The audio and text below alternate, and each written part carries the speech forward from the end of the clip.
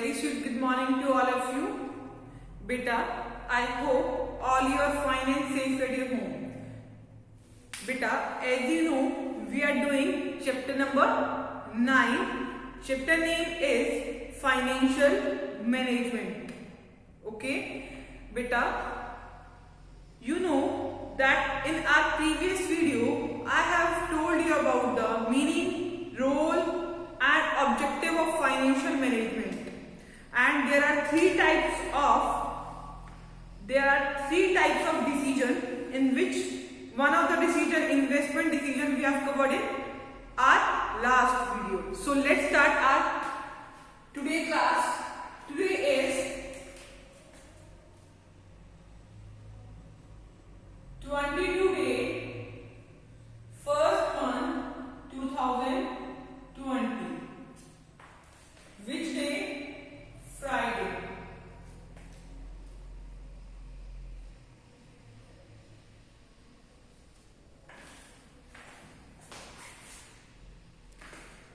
Chapter number 9. Chapter number 9. Chapter name is Financial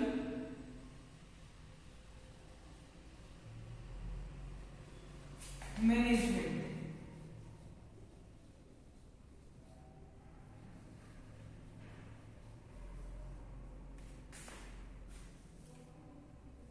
This one is our part 3 of our video. Part 3 है हमारी video की. हम part 2 पहले cover कर चुके हैं. So you see 2 parts before seeing part number 3. Okay. In my last video, I have told you about the types of decision.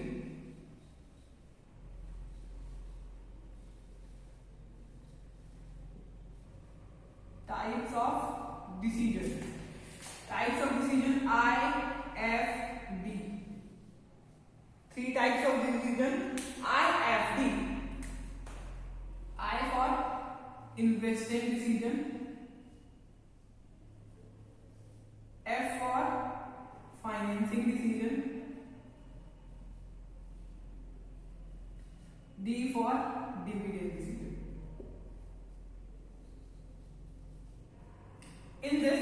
In our previous video, we have covered investment decision. Okay. In our previous video, I have told you about the investment decision. Investment decision के बारे में मैंने अपनी previous video में आपको बताया था. और आपको पता है investment decision का दूसरा नाम होता है capital budgeting decision.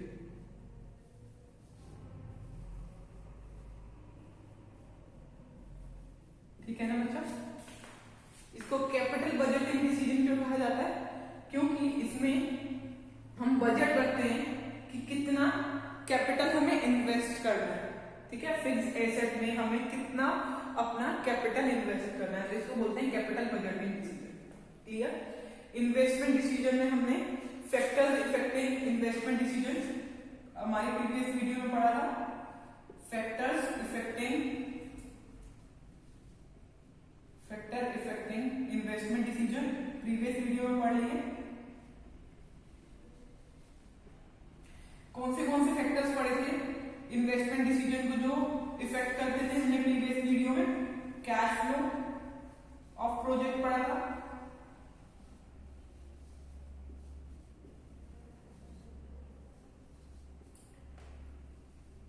Return on investment पढ़ा था हमने.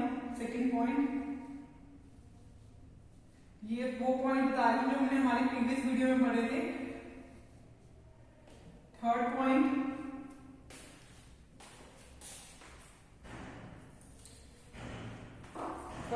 is risk involved.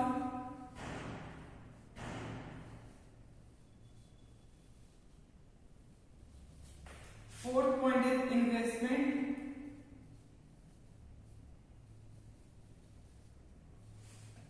criteria. Criteria. ये 4 पॉइंट हमने हमारे प्रीवियस वीडियो में पढ़े थे। What are these factors? These are the factors affecting investment decision. ये जो फैक्टर, ये 4 फैक्टर्स हैं जो इफेक्ट करते हैं इन्वेस्टमेंट डिसीजन को। Cash flow of project effect करता है, रिटर्न ऑन इन्वेस्टमेंट इफेक्ट करता है, रिस्क इन्वॉल्व इफेक्ट करता है और इन्वेस्टमेंट क्राइटेरिया इफेक्ट करता है। कैश फ्लो ऑफ प्रोजेक्ट में पढ़ा था कि हमें अगर प्रोजेक्ट से अच्छा पैसा आ रहा है, जिस प्रोजेक्ट में हमने पैसा लगाया, प्रोजेक्ट में कैश फ्लो का मतलब पैसे का आना और जाना। अब जिस प्रोजेक्ट में मैंने पैसा लगाया उससे हमारे पास पैसा अच्छा आ रहा है, फ्लो हमारे पास अच्छा है उस इन्वेस्टमेंट से, तो मतलब हमने हमारा करेक्ट इन्वेस्टमेंट डिसीजन लिया। ठीक है। अब रिटर्न ऑन इन्वेस्टमेंट, जैसे कि रिटर्न ऑन इन्वेस्टमेंट में हमने 2 प्रोजेक्ट्स पढ़े थे। एक प्रोजेक्ट हमें 10% दे रहा है और सेकंड प्रोजेक्ट हमें 20% दे रहा है, तो हम 20% वाले पे रिटर्न पे, जो प्रोजेक्ट मुझे 20% रिटर्न दे रहा है उस पर मैं इन्वेस्ट करना चाहूंगी। ठीक है। रिस्क इन्वॉल्व में पढ़ा था मैंने कि higher the risk higher the return, greater the risk greater the return. जितना जितना रिस्क ज्यादा होगा उतना उतना रिटर्न ज्यादा होगा, ये मैंने पढ़ा था। और ये पढ़ा था मैंने कि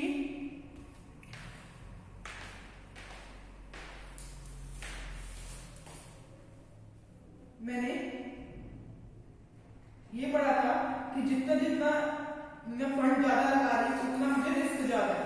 ये हमने प्रीवियस वीडियो में पढ़ा था कि जितना फंड मैं लगा रही हूँ उतना रिस्क है।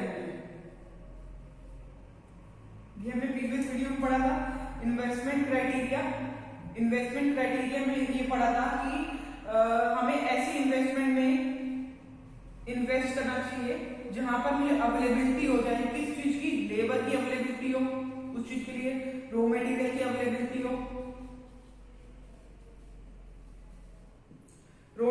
अवेलेबिलिटी हो, लेबर्स की अवेलेबिलिटी हो। ठीक है। हमें ऐसी चीज में इन्वेस्ट करना चाहिए जिसमें मुझे जो भी सामान मुझे चाहिए वो चीज अवेलेबल हो जाए, उस इन्वेस्टमेंट में लगाना चाहिए पैसा। ये हमने प्रीवियस वीडियो में करा था। ठीक है। Today our topic is financing decision. आज का हमारा टॉपिक है financing decision. So let's start our today class which is of financing decision. मैंने थोड़ा रिव्यू दिया है जो हमने प्रीवियस क्लास में रीड आउट करा। आज की क्लास स्टार्ट करते हैं। ठीक है। देखिए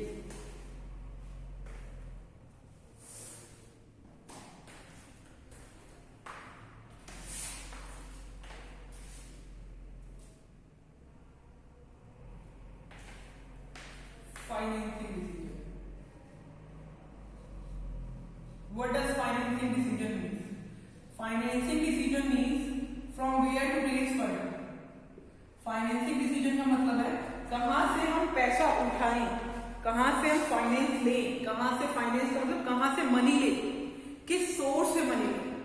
क्लियर कि हमें अच्छा रिटर्न आए। देखो 2 सोर्सेज होते हैं मनी लेने के, एक ऑनर्स से ले सकते हैं मनी और एक बोरो करके मनी ले सकते हैं। एक ऑनर्स फंड होता है, एक बोरोड फंड होता है। ठीक है। ऑनर्स फंड में हम ऑनर्स से ले सकते हैं मनी, जैसे शेयर कैपिटल से। शेयर कैपिटल मीन्स ये रिटेन अर्निंग से। ऑनर्स कैपिटल में आता है रिटेन अर्निंग और शेयर कैपिटल। शेयर कैपिटल में आता है इक्विटी शेयर और प्रेफरेंस शेयर। तो हम फाइनेंस कहां से ले सकते हैं? इक्विटी शेयर होल्डर से ले सकते हैं। सेकेंड वन कहां से ले सकते हैं? बोरो करके। बोरो करके मनी बोरो करके ले सकते हैं। बोरो कैसे करेंगे मनी? बोरो हम अगर हम कोई भी अमाउंट लोन पे ले रहे हैं तो मतलब हम बोरो कर रहे हैं मनी। 2 सोर्सेज से हम फाइनेंस ले सकते हैं।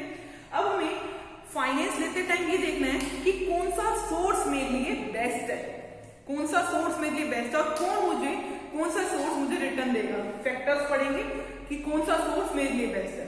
ठीक है। पढ़ते हैं financing decision. Financing decision refers to decision from which source finance, from which क्या कहता है, फ्रॉम विच सोर्स फाइनेंस और capital, from which source finance और कैपिटल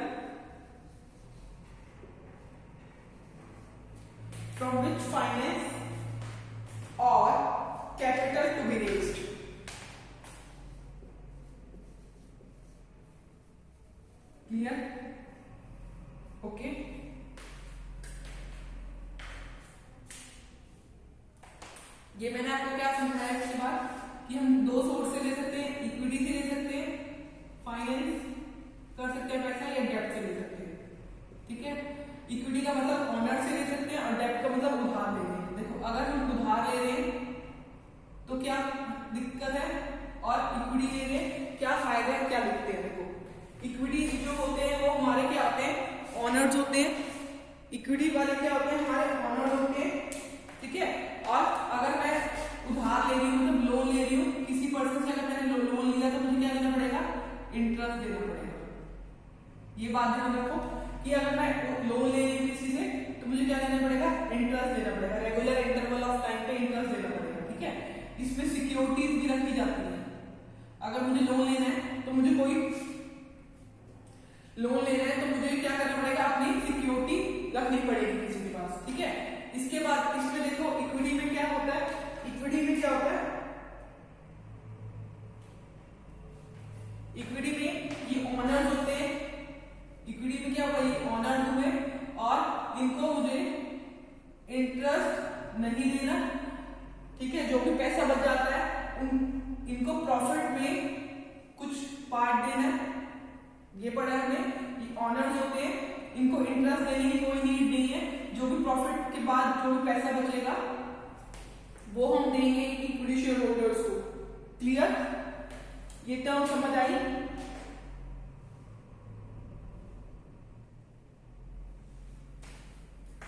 इसमें मुझे कुछ टाइम पीरियड बाद, डेब्ट में कुछ टाइम लोन ले रहे हो, अगर कुछ टाइम बाद आपको रिटर्न भी करना होता है। ठीक है, मनी आपकी नहीं होती, पर इक्विटी शेयर होल्डर में मनी मेरी हो जाती है, मनी इज माइन। क्लियर, देखिए अब पढ़ते हैं factors affecting financing decision. Factor affecting financing decision. देखो first factor, while doing financing decision is cost. Cost, अब आपको देखना है कि जब आप डेब्ट ले रहे हो, मतलब लोन ले रहे हो, तो आपको कितने की कॉस्ट पड़ रही है, और अगर आप इक्विटी ले रहे हो तो कितने की कॉस्ट पड़ रही है। ठीक है, ये बात समझ आई। जिसकी कॉस्ट आपको कम पड़ेगी, जिसकी कॉस्ट आपको कम पड़ेगी वो आप प्रेफर करोगे। जैसे डेब्ट लेने में आपकी कॉस्ट कम पड़ रही है, इक्विटी लेने के लिए, इक्विटी जब ले रहे हो तो कॉस्ट ज्यादा पड़ रही है, क्योंकि जैसे इक्विटी में प्रोस्पेक्टस वगैरह इशू करते हो, इक्विटी में क्या करना होता है, प्रोस्पेक्टस इशू करने होते हैं। इसकी वजह से इक्विटी की अगर कॉस्ट ज्यादा पड़ रही है, डेब्ट की कम पड़ रही है, तो आप क्या प्रेफर करोगे, डेब्ट लेना। क्लियर, बट दूसरी सिचुएशन क्या है, अगर डेब्ट की कॉस्ट ज्यादा पड़ रही है, मतलब पेपर वर्क ज्यादा हो रहा है, डेब्ट में उधार लेना है बट किसी से, बट वो पेपर वर्क ज्यादा हो रहा है उसका। क्लियर, तो डेब्ट की कॉस्ट ज्यादा पड़ रही है और इक्विटी की कम पड़ रही है, तो क्या प्रेफर करोगे, इक्विटी लेना प्रेफर करोगे। तो कॉस्ट पे ध्यान रखना। ठीक है, जिसकी कॉस्ट आपको कम पड़ेगी दोनों सिचुएशन में वो आप लोगे। दोनों सिचुएशन समझ आ गई बच्चा, कॉस्ट समझ आ गया। Okay,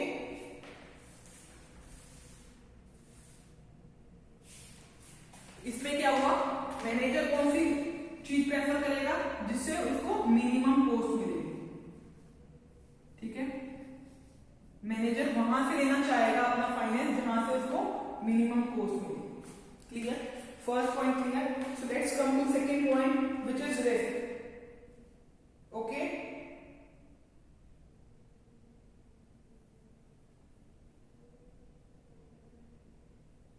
second point risk.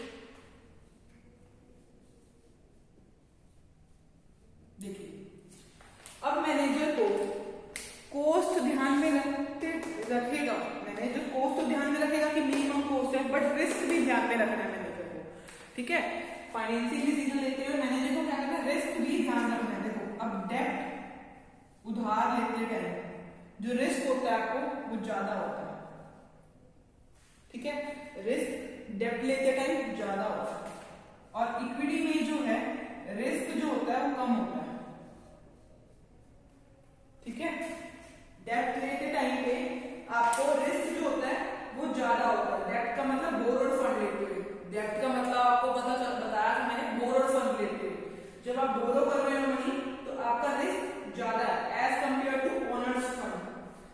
Equity और डेप्ट का मतलब ये क्या है, ये बोरोड फंड होते हैं, ओनर्स फंड होते हैं। तो बोरोड फंड बोरो करते हुए पैसा आपको रिस्क ज्यादा है, ओनर्स से पैसा ले रहे हो तो रिस्क कम है। क्लियर? तो फाइनेंशियल जो मैनेजर होगा वो कंपेयर करेगा risk with the cost involve and prefer securities with moderate risk. हम कौन सी सिक्योरिटीज प्रेफर करेंगे, मैनेजर कौन सी सिक्योरिटी प्रेफर करेगा जिसमें मॉडरेट रिस्क होगा,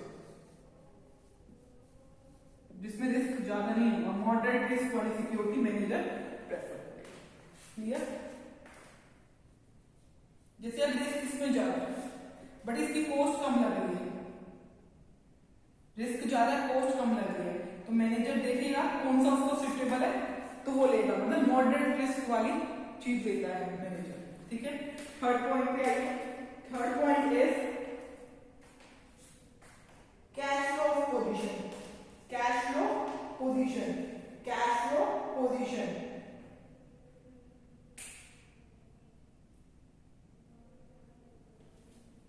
ठीक है, कैश फ्लो पोजीशन।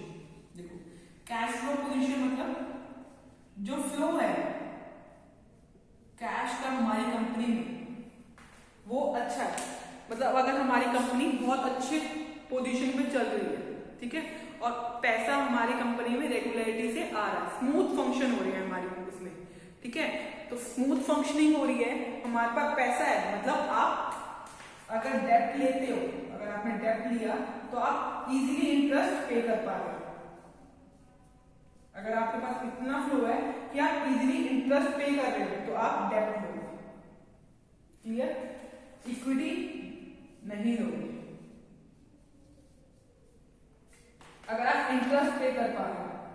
ठीक है, अब देखो अगर आपकी जो फंक्शनिंग है, जो कैश फ्लो है, इसमें क्या था, गुड कैश फ्लो था, जो हमारे पास फ्लो है वो स्टडी एंड स्मूथ फंक्शनिंग हो रही है, तो कैश फ्लो अच्छा है मेरे पास। अगर मेरे पास कैश फ्लो अच्छा है तो मैं इंटरेस्ट पे कर पा रही हूँ, इंटरेस्ट पे कर पा रही हूँ तो मैं डेब्ट लूंगी, इक्विटी नहीं लूंगी। ठीक है, अगर मैं इंटरेस्ट पे नहीं कर पा रही, जो मेरा कैश फ्लो है अच्छा कैश फ्लो नहीं, बैड कैश फ्लो है, मतलब सही नहीं चल रहा, तो आप क्या करोगे, डेब्ट नहीं लोगे, इक्विटी लोगे, मतलब आप बाहर से मनी बोरो नहीं करोगे, ओनर से पैसा लेना चाहोगे। क्लियर? यहां तक समझ आया? बैड का मतलब क्या बोल सकते हैं, जब कंपनी के पास शॉर्टेज है कैश की, जब कंपनी के पास शॉर्टेज है कैश की तो वो इंटरेस्ट पे नहीं कर पाएगा, इंटरेस्ट पे नहीं कर पाएगा तो वो बोरो नहीं करेगा मनी, इक्विटी, और इक्विटी का मतलब ऑनर्ड फंड से पैसा लेगा। यहां तक clear? Okay fine, so let's come to our fourth point, which is fixed operating cost. Fourth point is fixed operating cost. Fixed operating cost. अब देखिए फिक्स्ड ऑपरेटिंग कॉस्ट का मतलब क्या है कि हमारी कंपनी में ऑपरेटिंग कॉस्ट जो है, ऑपरेट करने की कॉस्ट जो है वो क्या है, हाई है। अगर फिक्स्ड ऑपरेटिंग कॉस्ट जो है हमारी हाई है तो हम प्रेफर करेंगे ऑनर्ड फंड। ये समझ आया बच्चा? फिक्स्ड ऑपरेटिंग कॉस्ट हाई, पहले आपको पता फिक्स्ड ऑपरेटिंग कॉस्ट मतलब ऑपरेट करने के लिए बिजनेस, फिक्स्ड ऑपरेटिंग कॉस्ट मतलब हमें ऑपरेट करने के लिए बिजनेस पैसा ज्यादा चाहिए। जब हमें ऑपरेट करने के लिए बिजनेस पैसा चाहिए, ऑपरेट का मतलब जैसे रॉ मटेरियल खरीदना है डेली, डेली मुझे रॉ मटेरियल खरीदना होता है, तो ऑपरेशन मतलब जो काम चल रहे हैं, जो डे टू डे काम चल रहे हैं, फिक्स है, जैसे रॉ मटेरियल मुझे खरीदना है फिक्स है, लेबर को मुझे सैलरी देनी है फिक्स है, ठीक है। और जो रेगुलर बेसिस पे हर रोज जो फिक्स काम होते हैं, ऑपरेटिंग का मतलब जो हमारे बिजनेस को ऑपरेट करने के लिए जो काम हो रहे हैं वो फिक्स है, वो ज्यादा है। जैसे ये आपके ज्यादा है, ये सारे काम ज्यादा है, ये काम ज्यादा है, तो आप इन लोगों को पैसा दोगे, क्लियर। और इन लोगों को पैसा देने के बाद आपके पास पैसा नहीं बचता इंटरेस्ट देने के लिए, तो आप डेट नहीं लोगे। आता क्लियर, ठीक है। ये कॉस्ट अगर ज्यादा है, फिक्स ऑपरेटिंग कॉस्ट, इसका मतलब ये है fix operating, raw material labour इनका मतलब ये फिक्स ऑपरेटिंग कॉस्ट। अगर फिक्स ऑपरेटिंग कॉस्ट आपकी ज्यादा है, फिक्स ऑपरेटिंग कॉस्ट ज्यादा है मतलब लेबर वगैरह रॉ मटेरियल को डेली पैसे आप बहुत ज्यादा देते हो, ये काम आपका ज्यादा है, तो आप इंटरेस्ट पे नहीं कर पाओगे, इसलिए आप डेट नहीं लोगे, ठीक है। अगर आपकी फिक्स ऑपरेटिंग कॉस्ट कम है, फिक्स ऑपरेटिंग कॉस्ट कम है, फिक्स ऑपरेटिंग कॉस्ट कम है का मतलब आपको रॉ मटेरियल हर रोज नहीं खरीदना होता, लेबर को पैसे नहीं देने होते, सही चल रहा है आपका फ्लो, ठीक है। फिक्स ऑपरेटिंग कॉस्ट कम है, अगर आपकी फिक्स ऑपरेटिंग कॉस्ट कम है तो आप इंटरेस्ट जो है पे कर पाओगे, तो आप डेट ले सकते हो, ठीक है। डेट ले सकते हो, इंटरेस्ट पे कर पाओगे। जिसमें आप डेट नहीं ले रहे, आप क्या लोगे, इक्विटी लोगे। यहां तक clear.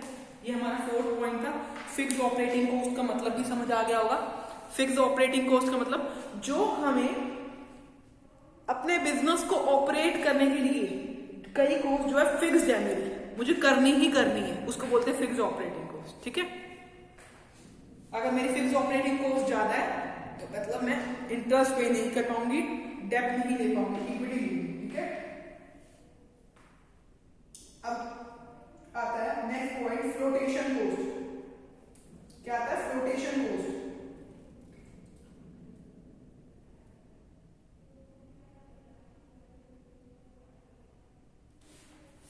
Fifth point is flotation cost. देखो अब आपको पता होना चाहिए फ्लोटेशन कॉस्ट क्या होती है। जब हम इश्यू करते हैं सिक्योरिटीज, इश्यू ऑफ सिक्योरिटीज, जब हम इशू करते हैं सिक्योरिटीज में अगर शेयर वगैरह जब इशू करते हैं तो बहुत सारी कॉस्ट आती हैं, उसको बोलते हैं फ्लोटेशन कॉस्ट। जैसे अंडर राइटर को पे कर रहे हो, जैसे अंडर राइटर्स को पे करना है, कमीशन देनी है, बहुत सारी फी पे करनी है, ये सारी कॉस्ट को क्या बोलते हैं, फ्लोटेशन कॉस्ट। जब इशू करते टाइम सिक्योरिटीज, मतलब सिक्योरिटीज इशू करते टाइम मतलब शेयर इशू कर रहे हो, शेयर का मतलब इक्विटी शेयर, इक्विटी बोल रहे ना। अगर इक्विटी शेयर इशू करते टाइम आपको बहुत ज्यादा कॉस्ट हो रही है, इक्विटी शेयर कर रहे हो तो कॉस्ट ज्यादा आ रही है, फ्लोटेशन कॉस्ट ज्यादा है। जब फ्लोटेशन कॉस्ट ज्यादा इशू करते टाइम शेयर, तो आप क्या लोगे, डेट लोगे। यहां तक क्लियर। जब फ्लोटेशन कॉस्ट ज्यादा है तो आप क्या लोगे, डेट लोगे। अगर फ्लोटेशन कॉस्ट कम है तो आप क्या लोगे, फ्लोटेशन कॉस्ट कम है तो क्या लोगे, इक्विटी लोगे। यहां तक क्लियर। देख लीजिए फ्लोटेशन कॉस्ट का मतलब जब हम इशू करते हैं सिक्योरिटीज तो हमें बहुत सारी कॉस्ट आती है, जैसे अंडर राइटर को पे करना है, कमीशन पे करनी है, कई फीस पे करनी है, वो उनको बोलते हैं फ्लोटेशन कॉस्ट। तो फ्लोटेशन कॉस्ट अगर मेरी ज्यादा है, अगर मेरी फ्लोटेशन कॉस्ट ज्यादा है तो मैं शेयर इशू नहीं करूंगी, क्या लूंगी, बाहर से लोन लूंगी, ठीक है। सेकेंड पॉइंट, अगर मेरी फ्लोटेशन कॉस्ट कम है, मेरी क्या है, फ्लोटेशन कॉस्ट कम है, तो मैं क्या लूंगी, इक्विटी शेयर्स इशू करूंगी, ठीक है। ये हमने कौन सा पॉइंट पढ़ा है, 5th पॉइंट पढ़ लिया, ठीक है। अब हम 6th पॉइंट पे आते हैं। 6th point, which one is the last point of this, ठीक है। Stock 6th point which is the last point, stage of capital market, stage of capital market। यहीं पे कर लेते हैं, फिर नया टॉपिक स्टार्ट करेंगे इसके बाद। Stage of capital market, 6th point।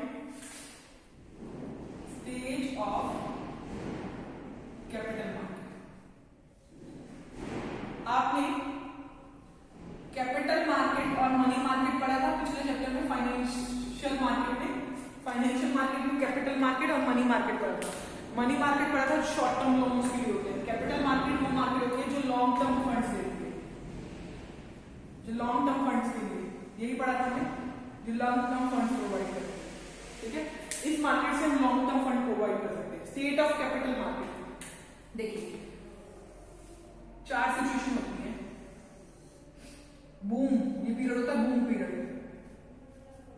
Last होता है डिप्रेशन पीरियड, और ये होता है रिकवरी, ये होता है रिसेशन।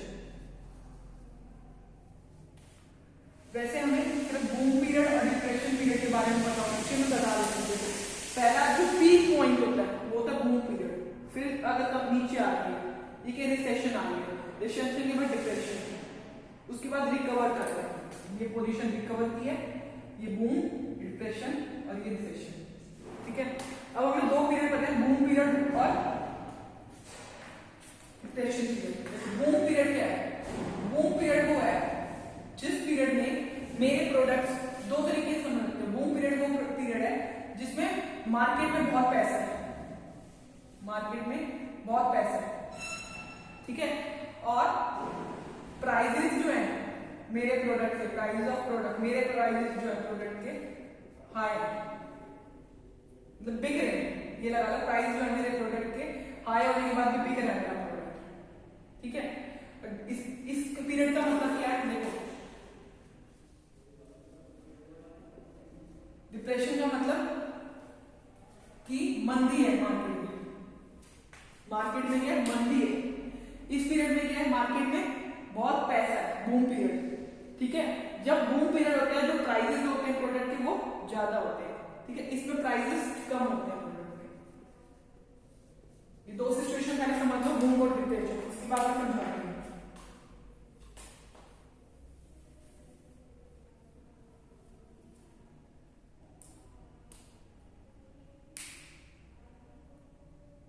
ठीक है, समझ आया? पैसा है बहुत मार्केट में बहुत पैसा है, तो क्या शेयर्स कर दो, शेयर्स दे दो। ठीक है, क्लियर? अब मंदी है तो मैं क्या करूंगी? डेट लूंगी। समझ आ गया बच्चा?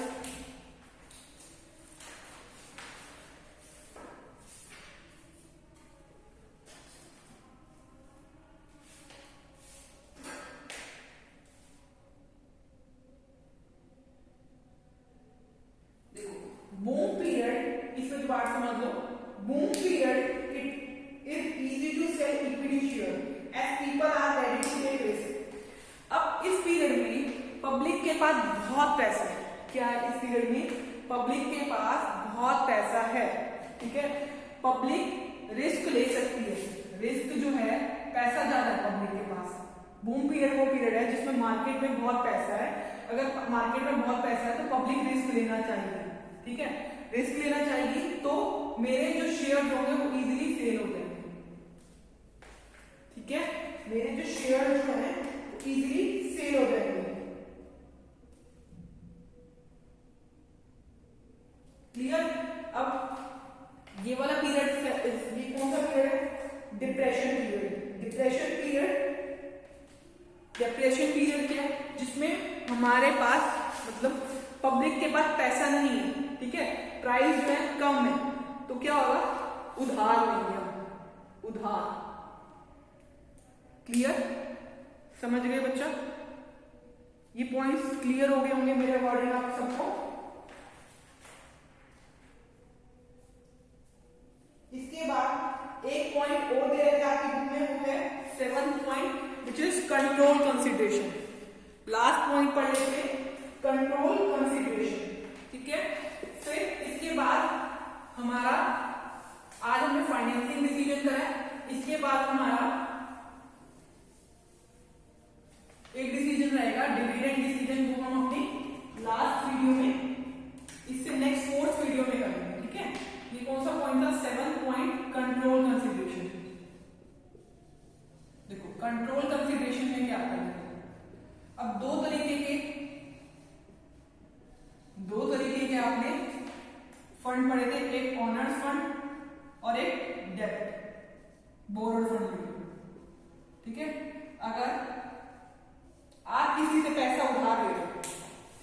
मैंने आपसे पैसा उधार लिया तो मैं कहीं पे भी इन्वेस्ट करूं, आपका तो कोई भी मतलब नहीं बनता। तो बोरोड फंड में नो कंट्रोल, किसी का भी कंट्रोल नहीं होगा।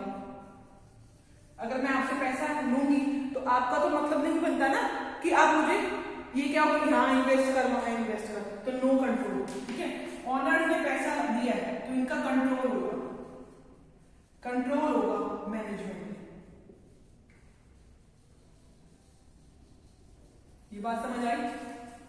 कंट्रोल होगा, क्लियर?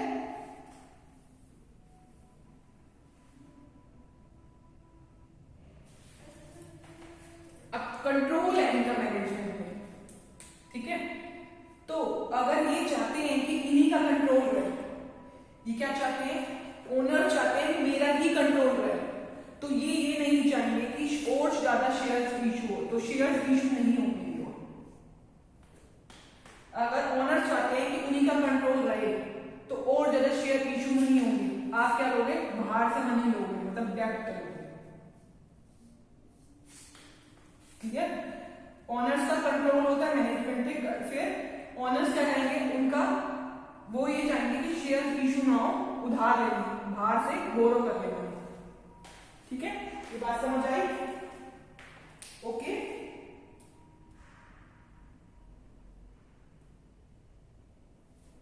अगर वो चाहते हैं कि वो अपना कंट्रोल लूज करें, अगर ये दो सिचुएशन होती है कंट्रोल में,